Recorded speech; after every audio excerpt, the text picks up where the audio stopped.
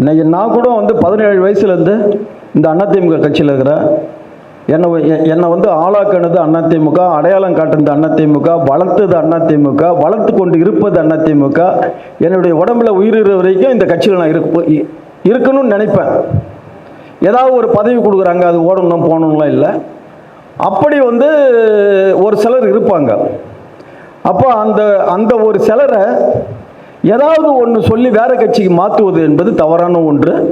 எப்படி என்னுடைய தம்பி ஆனந்துக்கு விசுவாசம் என்று ஒன்று இருந்ததால இன்றைக்கு இப்படிப்பட்ட உயர்நிலைக்கு வந்தாரோ, அதை மாதிரி பிற கட்சியில் விசுவாசமாக இருப்பவர்களை மனம் மாற்றாமல் இருக்கணும்னு அன்போடு கேட்டுக்கொள்கிறோம்.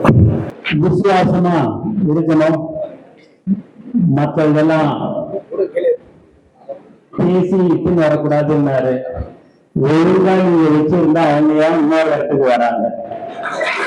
நீங்க ஒழுங்கா வச்சிருக்காங்க, அவங்களுக்கு தெரியுதுல்ல எந்த இடம் நல்ல இடம், எந்த இடம் ஊழல் இல்லாத இடம் எதுன்றது அவங்களுக்கு தெரிஞ்சு அவங்க எங்கள்கிட்ட வராங்க.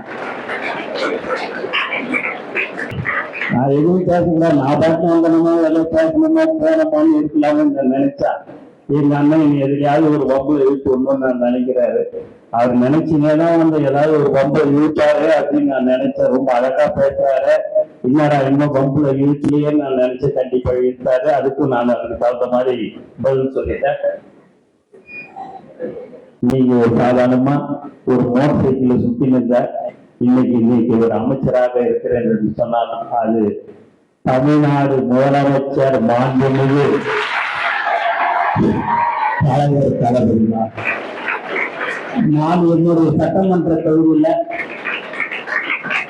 4 நாட்கள் தான் போய் நான் ஓட்டு கேட்டேன். 4 நாள். ஆனா எனக்கோசம் ஓட்டு போடலங்க, தலைவர் தளபதிக்கோசம் தான் எல்லாருமே ஓட்டு.